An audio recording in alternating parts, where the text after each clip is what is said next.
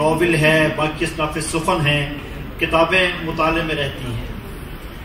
تو مجھے زینو نے ہرگز مایوس نہیں کیا. میں نے اسی وقت ڈاکٹر صاحب سے کہا تھا کہ آپ کا یہ ناول زندہ رہے گا.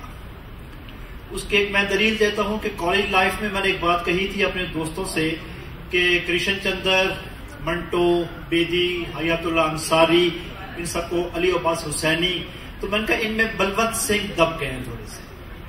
تو میں نے کہا اگر آج میں بات کروں گا میری بات کوئی نہیں مانے گا، لیکن اگر میں زمین پہ زندہ رہا تو ایک وقت آئے گا کہ اردو ادب بلونت سنگھ کو تسلیم کرے گا، اس کے کام کو جمع کیا جائے گا، اس پہ ڈاکٹریٹ ہوگی، اس پہ تھیسز ہوں گے.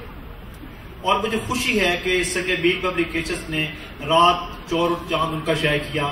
انڈیا سے بلونت سنگھ کے جو کلیات ہیں وہ میں نے منگوائے ہیں.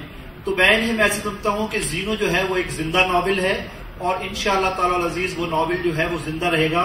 ہمارے یہاں مشکل یہ ہے کہ ہم کتاب خرید کر نہیں پڑھتے، ہمیں کتاب پڑھنے کا شوق نہیں ہے. کتاب جب بازار میں آتی ہے تو اگر کسی دوست کی شائع ہوتی ہے تو ہماری خواہش ہوتی ہے کہ ہمیں وہ گفٹ دے دی جائے. یہی صورتحال ہماری ادبی جرائد کے ساتھ ہے. تو زینو کے بارے میں مجھے آخری بات یہ کہنی ہے کہ میرے پاس 2 کتب خانے ہیں، 2 لائبریریز ہیں.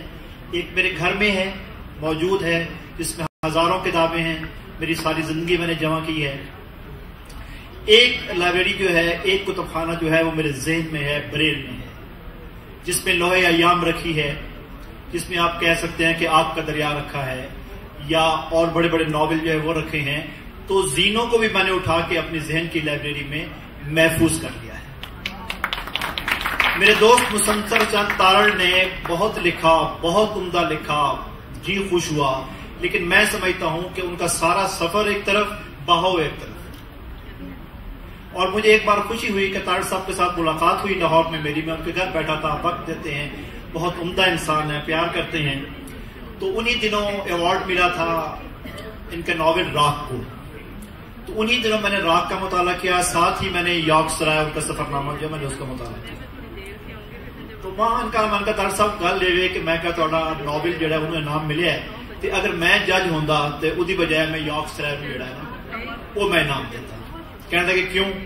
میں نے کہا جی بات یہ ہے کہ یارک سرائے جو ہے وہ ایک مکمل ناول ہے.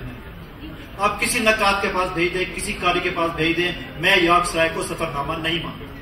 اور میرے گھر میں جو ریک ہے وہ ناول کے ریک میں وہ موجود ہے. تو مجھے وہاں ایک خوشی ہوئی، انہوں نے ایک بات کی کہ شوکت صدیقی اس پینل میں موجود تھے، اور ان کا بھی یہی کہنا تھا کہ یار یہ صنف سخن کا جو فرق ہے، اگر مجھے اجازت دی جاتی تو میں یارک سرائے کے جو ہے وہ میں انعام دیتا. یہ بہت اچھی بات. تو اس لیے اللہ تعالیٰ آپ کو خوش رکھے. تو زینو انشاءاللہ ڈاکٹر صاحب زندہ رہے گا، ایسی بات نہیں ہے. اس کے ساتھ ہی اس